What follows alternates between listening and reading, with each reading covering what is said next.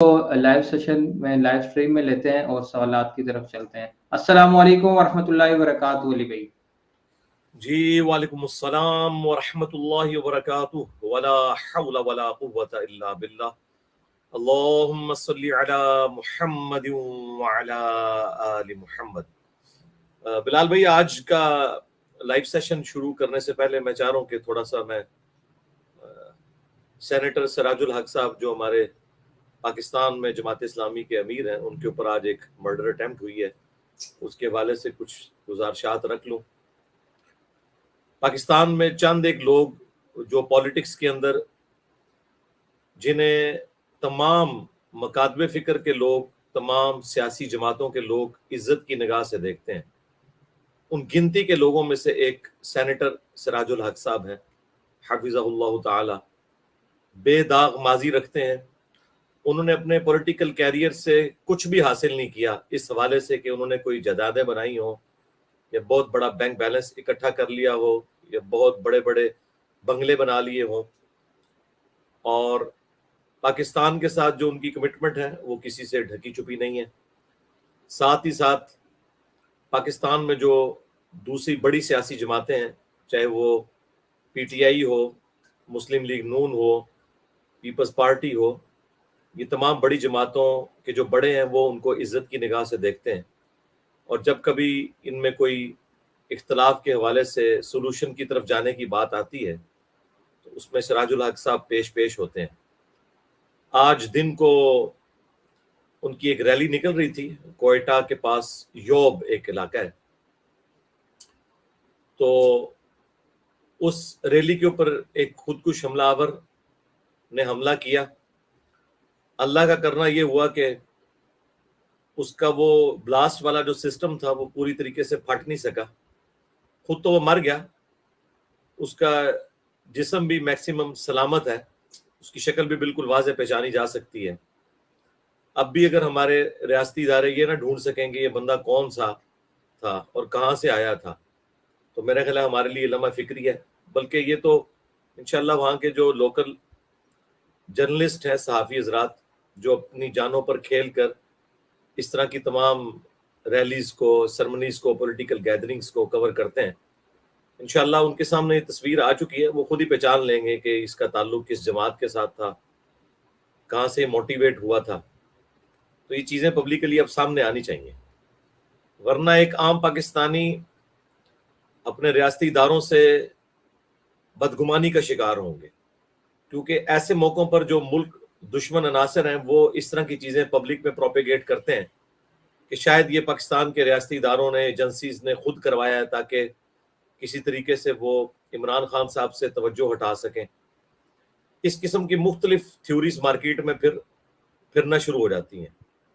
اس طرح کی جو کانسپرنسیز ہیں ان سے جان چھڑانے کا واحد ذریعہ یہی ہوتا ہے کہ ہمارے ریاستی ادارے فرنٹ سے لیڈ کریں، اور آج کل جتنا لیٹسٹ جدید اکوپمنٹ ہمارے پاس موجود ہے اس سے فوراً ان چیزوں کو ڈیپ ڈیگ کر کے پبلک کے سامنے ریئلٹی لے کر آئیں کہ کون لوگ اس طرح کے حملوں کے پیچھے انوالو ہیں، جو پاکستان کو توڑنا چاہتے ہیں، پاکستان کے اندر اختلاف رائے کو برداشت نہیں کرنا چاہتے، اور اس کی بنیاد کے اوپر پاکستان کی فوج اور عوام کو آمنے سامنے کھڑا کرنا چاہتے ہیں۔ ہم عموماً باقی لوگوں کو بلیم تو دیتے ہیں، جس طرح کہ اپنے گناہوں کا وبال ہم شیطان کے اوپر ڈالتے ہیں، حالانکہ ہم خود شیطان کے ایجنٹ بن جاتے ہیں گناہ کرتے وقت۔ اس طریقے سے ہم اپنی اندرونی کمزوریوں کا ملبہ جو ہے وہ اپنے دشمنوں کے اوپر ڈالتے ہیں۔ کبھی کہتے ہیں امریکہ کروا رہا ہے، کبھی کہتے ہیں انڈیا کروا رہا ہے، کبھی کہتے ہیں اسرائیل کروا رہا ہے۔ تو بھائی انہوں نے ہمارے ساتھ کوئی خیر خواہی تو نہیں کرنی، وہ تو یقیناً ایسا کریں گے۔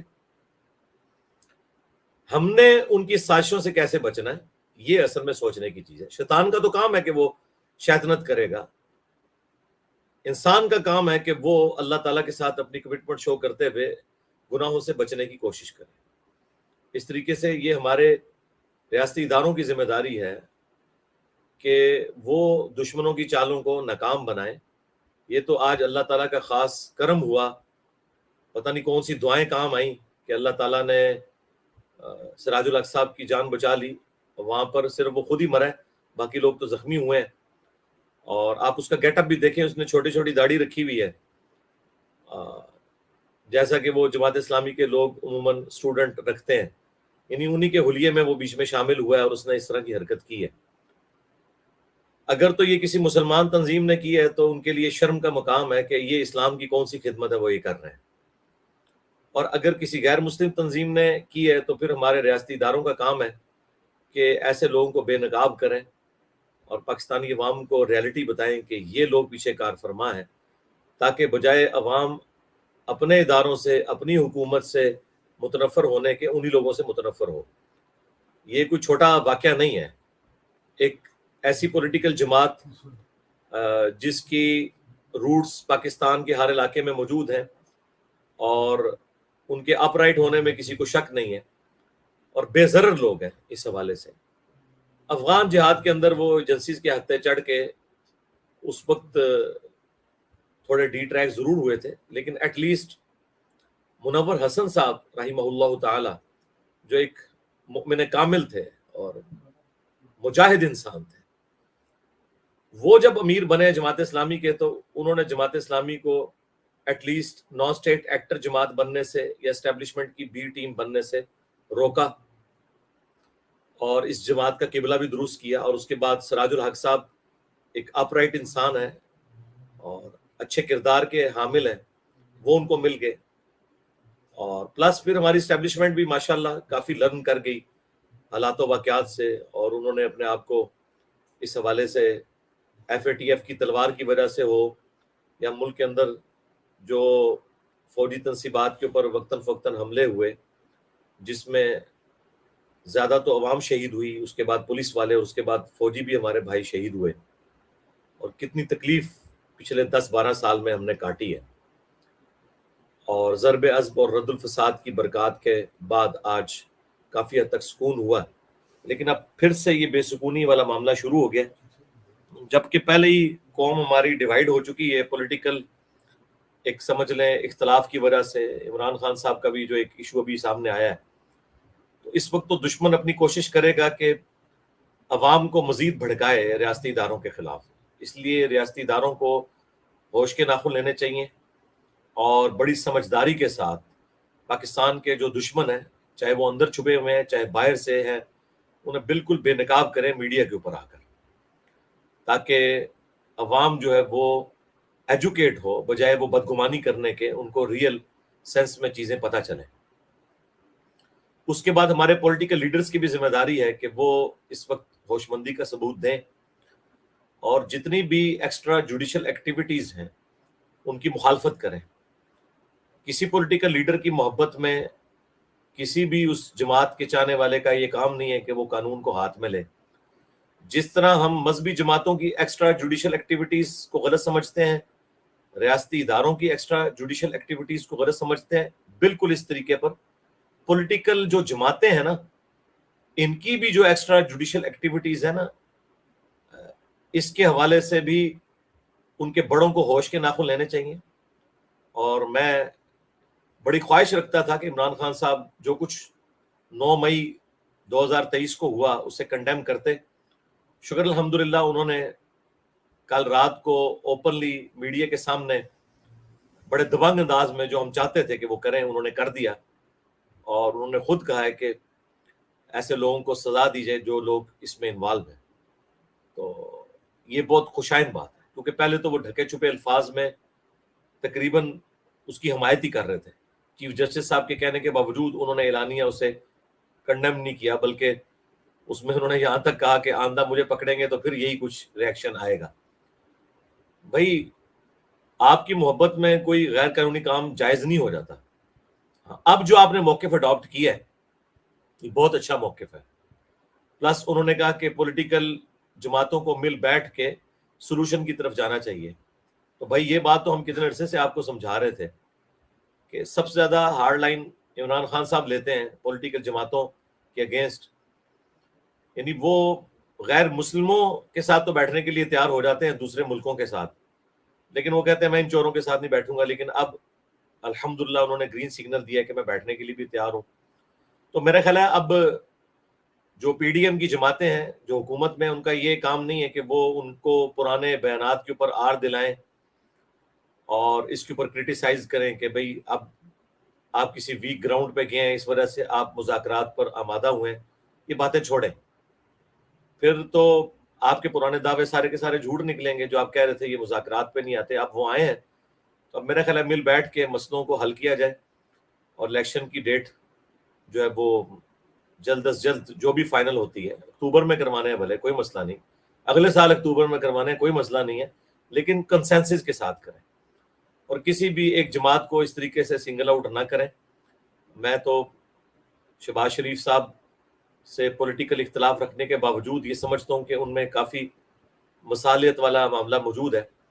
مجھے آج بھی ان کی وہ تقریر یاد ہے جب وہ اپوزیشن لیڈر تھے، عمران خان صاحب پرائم منسٹر تھے، بڑے جوبن پہ تھے، اسٹیبلشمنٹ ان کی پشت پہ کھڑی تھی.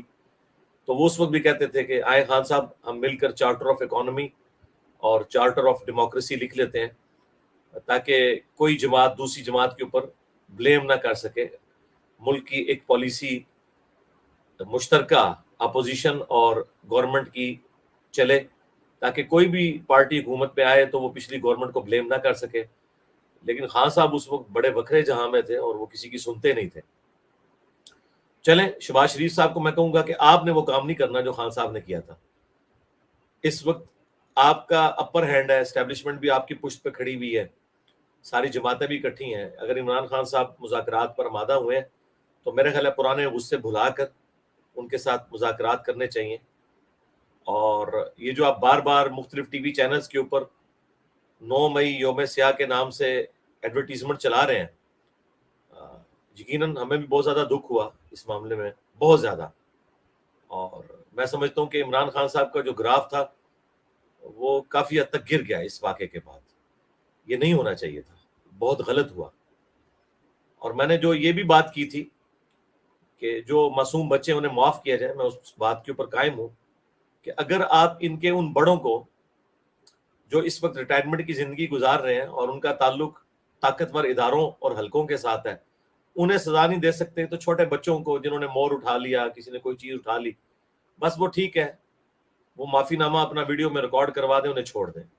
ہاں جو ماسٹر مائنڈ ہے، جنہوں نے بڑے آرگنائز طریقے سے ایسا معاملہ کیا، جو آپ لوگ خود بھی کہہ رہے ہیں وہ 40-50 بندے ہیں، ٹھیک ہے، ان کے اوپر مقدمات چلائیں اور آئین اور قانون کے مطابق انہیں ضرور سزا دیں. لیکن عوام الناس جو ہے وہ جس طرح ہمیں بتایا جا رہا ہے 7,000 بندہ اندر کیا ہوا ہے، تو ظاہر ہے کہ اس طرح کی غلطیاں اداروں سے بھی ہوتی رہی ہیں، باقی پولیٹیکل جماعتوں سے بھی ہوئی ہیں. میرے خیال ہے درگزر کی روش اختیار کرنی چاہیے.